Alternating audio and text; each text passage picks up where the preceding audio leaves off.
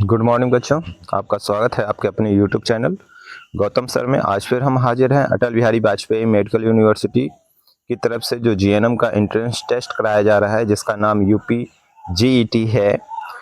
उसी के लिए आज विज्ञान की तैयारी करवाई जा रही है आपको चैप्टर वाइज। और आज का जो चैप्टर है वो 10वां चैप्टर है, जिसका नाम है मानव नेत्र तथा रंग बिरंगा संसार। तो आपको बताते चलें कि आपकी जो है जीएनएम टेस्ट की तैयारी करवाई जा रही है। जो जीएनएम का एंट्रेंस एग्जाम होने वाला है उसकी तैयारी कराई जा रही है, जिसमें कि हाई स्कूल के साइंस से 50 क्वेश्चन आएंगे। ठीक है, तो आपके साइंस की तैयारी कराई जा रही है। तो हम पहुंच चुके हैं आज 10वें चैप्टर पे, और ये फिजिक्स का चैप्टर है जिसका नाम है मानव नेत्र तथा रंग बिरंगा संसार। इसी क्रम में सारे चैप्टर आपको तैयार कराए जा चुके हैं। तो आप अगर उन चैप्टरों को देखना चाहते हैं, उनको अध्ययन करना चाहते हैं, तो आप डिस्क्रिप्शन बॉक्स में जाकर उनकी वीडियोस को देख सकते हैं। आप मैंने पहले चैप्टर से लेकर 13वें चैप्टर तक, टोटल 13 चैप्टर हैं, 13वें चैप्टर तक सभी की तैयारी करवा दी है। ठीक है, तो चलते हैं वीडियो में आगे की तरफ। तो आप अगर मेरे यूट्यूब चैनल गौतम सर पे नए हैं तो सब्सक्राइब का बटन प्रेस कर लीजिए, साथ ही बेल आइकन को भी प्रेस कर लीजिए, जिससे कि आपको तमाम तरह के मेडिकल से जुड़ी हुई सूचनाएं नोटिफिकेशन के द्वारा प्राप्त होती रहें। तो चलते हैं आगे वीडियो में। तो आपके सामने पहला क्वेश्चन आ चुका है। पहला क्वेश्चन है, स्वस्थ आंखों के लिए दूरबिंदु स्थित होता है। स्वस्थ आंखों के लिए दूरबिंदु स्थित होता है। तो आपके पास 4 ऑप्शन है, 25 सेंटीमीटर दूरी पर, 50 सेंटीमीटर दूरी पर, 100 सेंटीमीटर दूरी पर और अनंत दूरी पे। तो जल्दी से इसका आंसर बताइए पहले का, कि पहले का आंसर क्या होगा। तो पहले का आंसर क्या होगा? तो पहले का आंसर होगा डी नंबर, अनंत पर। इसके बाद दूसरा देखिए, निकट दृष्टि दोष से पीड़ित व्यक्ति के लिए प्रयुक्त किया जाता है उत्तल लेंस। ठीक है, उत्तल दर्पण, अवतल दर्पण, अवतल लेंस। तो आपको पता है भाई, जो निकट दृष्टि दोष है उसमें किस लेंस का प्रयोग किया जाता है या किस दर्पण का प्रयोग किया जाता है। तो दूसरे का आंसर बताइए जल्दी से। तो दूसरे का आंसर क्या है? अवतल लेंस। ऑप्शन नंबर डी सही होगा यहाँ पे, अवतल लेंस। तीसरे प्रश्न पे आइए, दूरदृष्टि दोष के कारण प्रतिबिंब बनता है रेटिना पर, रेटिना से आगे, रेटिना के पीछे, कहीं नहीं। तो तीसरे का आंसर जल्दी से बताइए। तो तीसरे का आंसर क्या होगा? तो तीसरे का आंसर सी ऑप्शन सही होगा, रेटिना के पीछे बनता है। ठीक है, रेटिना के पीछे। चौथा देखिए, दूरदृष्टि दोष के कारण निवारण के लिए निम्न में क्या विकल्प है। दूरदृष्टि दोष के निवारण के लिए निम्न में क्या विकल्प है। अब आपको जो चश्मा लगाना चाहिए, उत्तल दर्पण का लगाना चाहिए या अवतल लेंस लगाना चाहिए, या उत्तल लेंस लगाना चाहिए या अवतल दर्पण लगाना चाहिए। भाई दर्पण तो हो नहीं सकता, लेंस ही है। तो 2 ऑप्शन है, दोनों में से जल्दी से क्लियर करिए। तो चौथे का आंसर क्या होगा, जल्दी से बताइए। तो चौथे का आंसर होगा सी, उत्तल लेंस। पांचवें पाइए, निकट दृष्टि दोष से पीड़ित व्यक्ति का दूरबिंदु स्थित होता है 25 सेंटीमीटर पे, 25 सेंटीमीटर से कम दूरी पर, अनंत पर, अनंत से कम दूरी पर। तो पांचवें का आंसर जल्दी से बताइए। तो पांचवें का जो आंसर होगा वो ऑप्शन नंबर डी होगा, अनंत से कम दूरी पर। ठीक है, अब आ जाते हैं नेक्स्ट अगले प्रश्न पे। दिया है, एक व्यक्ति अपने चश्मे में 20 सेंटीमीटर फोकस दूरी पर उत्तल लेंस प्रयोग करता है। इस लेंस की क्षमता होगी, अब आपके पास 4 ऑप्शन है, -5 डायोप्टर, +5 डायोप्टर, +2 डायोप्टर और -2 डायोप्टर है। तो छठे का आंसर जल्दी से बताइए। तो छठे का जो आंसर होगा वो विकल्प बी होगा, +5 डायोप्टर होगा।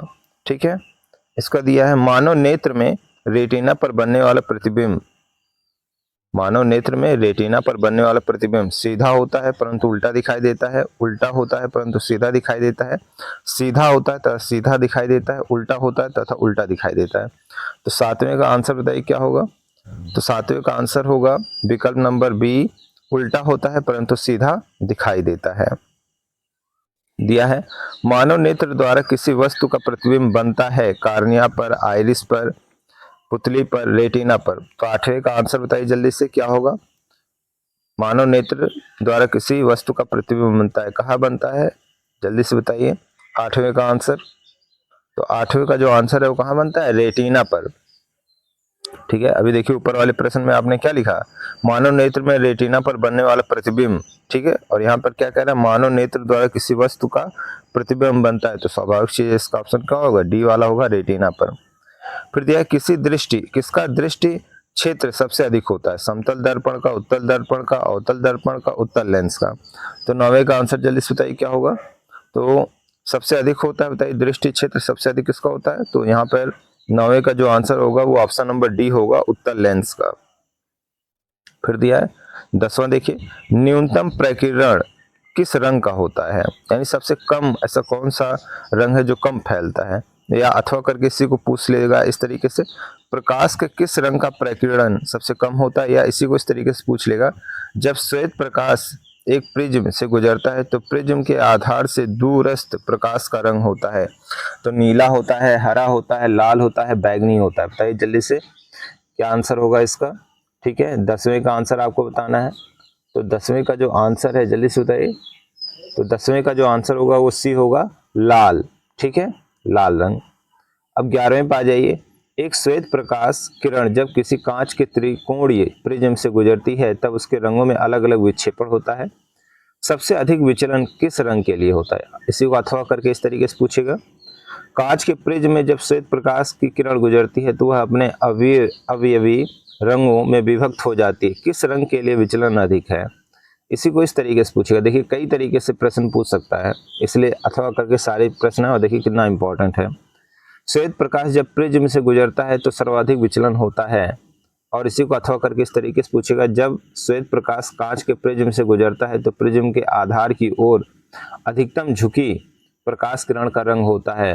तो अब आपके पास 4 ऑप्शन है, लाल, बैंगनी, पीला, हरा। तो जल्दी से बताइए 11वें का आंसर क्या होगा। तो 11वें का आंसर होगा बी, बैगनी। ठीक है, तो 11वें का आंसर क्या होगा, बी होगा, जिसे बैगनी कहते हैं। अब 12वें पे आ जाइए, श्वेत प्रकाश के 7 रंगों में से किसकी आवृत्ति अधिकतम है, श्वेत प्रकाश के 7 रंगों में से किसकी आवृत्ति अधिकतम है, लाल रंग, बैगनी रंग, हरा रंग, पीला रंग। तो 12वें का आंसर बताइए। तो 12वें का आंसर क्या होगा, बैगनी रंग। ठीक है, 12वें का आंसर क्या होगा, बैगनी रंग। 13वें पे देखिए, आकाश का रंग नीला दिखाई देता है प्रकाश के परावर्तन के कारण, प्रकाश के अपवर्तन के कारण, प्रकाश के प्रकीर्णन के कारण, पूर्ण आंतरिक परावर्तन के कारण। तो 13वें का आंसर बताइए, बहुत ही इजी आंसर है। 13वें का आंसर क्या है, तो 13वें का आंसर प्रकाश के प्रकीर्णन के कारण, यहाँ सी ऑप्शन सही होगा। 14वें नंबर पे आ जाइए, क्रांतिक कोण का मान अधिकतम होता है बैगनी रंग के लिए, लाल रंग के लिए, नीले रंग के लिए, पीले रंग के लिए। तो 14वें का आंसर बताइए क्या होगा यहाँ पे। तो 14वें का आंसर होगा बैगनी रंग के लिए। ठीक है, 15वें पे आ जाइए जल्दी से, श्वेत प्रकाश के स्पेक्ट्रम में बैगनी रंग से लाल रंग की ओर जाने पर घट जाती है क्या, निर्वात में प्रकाश की चाल, प्रकाश की आवृत्ति, प्रकाश की तरंग दैर्ध्य, तीनों में से कोई नहीं। तो 15वें का आंसर बताइए जल्दी से। तो 15वें का जो आंसर होगा वो बी नंबर होगा, प्रकाश की आवृत्ति। 16 देखिए, चंद्रमा से देखने पर आकाश दिखाई देता है बैगनी, नीला, काला, सफेद। ठीक है, आप चंद्रमा पे चले जाइए और वहां से देखेंगे जब, तो आपको कैसा दिखाई देगा आकाश। तो 16वें का आंसर जल्दी से बताइए। तो 16वें का आंसर होगा सी, काला दिखाई देगा। अब आ जाइए 17वें पे, नेत्र लेंस होता है अभिसारी, अपसारी, उत्तल व अवतल, इनमें से कोई नहीं। तो 17वें का आंसर बताइए जल्दी से क्या होगा। तो 17वें का आंसर, नेत्र लेंस होता है कैसा, अभिसारी होता है। 18वां देखिए, अंतरिक्ष यात्रियों को आकाश दिखाई देता है काला, नीला, बैंगनी, हरा। तो 18वें का आंसर जल्दी से बताइए क्या होगा। तो अभी मैंने आपको बताया कि भाई अंतरिक्ष में क्या है, चांद भी तो है, तो क्या होगा, ए नंबर ऑप्शन सही होगा, काला। 19वां देखिए, एक व्यक्ति दूर स्थित वस्तु को स्पष्ट रूप से देखने में असमर्थ है, उसके नेत्र में कौन सा दोष है, दीर्घ दृष्टि दोष है, निकट दृष्टि दोष है, जरा दूर दृष्टि दोष है, इनमें से सभी। तो 19वें का आंसर बताइए जल्दी से। तो 19वें का आंसर होगा बी नंबर, निकट दृष्टि दोष है।